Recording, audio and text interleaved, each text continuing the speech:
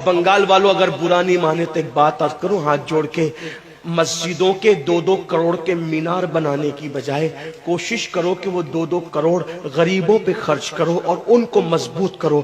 अगर हमारी कौम 10 साल में मजबूत हो गई तो 2 नहीं बल्कि 10 करोड़ के मीनार हम बना सकेंगे।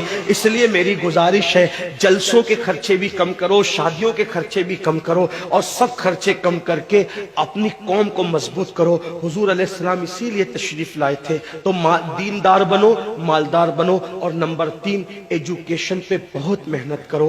कोई भी जाहिल न रहे, कोई भी अनपढ़ न रहे। खूब खूब पढ़ाओ अपने बच्चों को। 10वीं 12वीं तक कभी मत रुकना, बल्कि अपने बच्चों को IAS बनाओ, IPS बनाओ, डॉक्टर बनाओ, इंजीनियर बनाओ। डॉक्टर भी BOMS वाला मत बनाओ, बल्कि MD और आला से आला डिग्री दिलाओ। अब आप कहेंगे मौलाना पैसे नहीं है। मैं आपसे कहता हूं, हर साल ईद पे नया कपड़ा न बनाना पड़े न बनाओ, धुले हुए कपड़ों पे ईद कर लो, लेकिन अपने बच्चों की तालीम पे खर्चा करो। इसी तरीके से किसी और जगह पर पैसे लगाने की बजाय 10 साल अगर इन 3 निकात पर आपने मेहनत कर दी, दीनदार बनो, मालदार बनो और एजुकेशन को आम करो, हर बंदे को पढ़ा लिखा बनाओ। आप कहेंगे मौलाना नौकरी नहीं मिलती। मैं कहता हूं हम नौकरी के लिए नहीं पढ़ते, हम अच्छा इंसान बनने के लिए पढ़ते हैं। इसलिए कि पढ़े लिखे की तिजारत में अनपढ़ की तिजारत में फर्क है, पढ़े लिखे की गुफ्तगू में अनपढ़ की गुफ्तगू में फर्क है, पढ़े लिखे के उठने बैठने में अनपढ़ के उठने बैठने में फर्क है। देखो,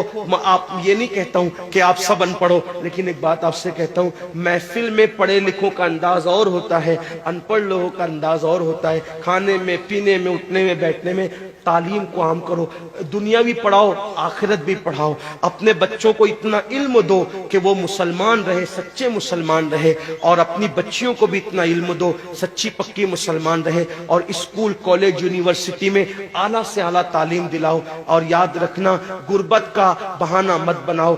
बिटिया की शादी होती है तो लाखों रुपए कहां से आते हैं। और आपसे कहता हूं 8 घंटे मेहनत करने की बजाय 16 घंटे मेहनत करो। मेहनत में पीछे मत हटो, अपने बच्चों को पढ़ाओ। सिर्फ 10-12 साल हिंदुस्तान के तमाम मुसलमान मेहनत करके अपने बच्चों पे मेहनत कर ले, कोशिश कर ले, काविश कर ले, तो देखना नक्शा बदल जाएगा। ये भी आपसे कहता हूं, एक बात कहता हूं, मना नहीं कर रहा हूं, अगर मुझसे गलती हो तो मेरे उलमा इस्लाह करेंगे।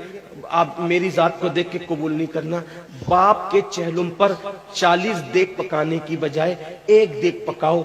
उन 40 देगों का खर्चा बचाकर किसी बच्चे की तालीम पर अपने बाप के इसाले सवाब के लिए खर्चा कर दो।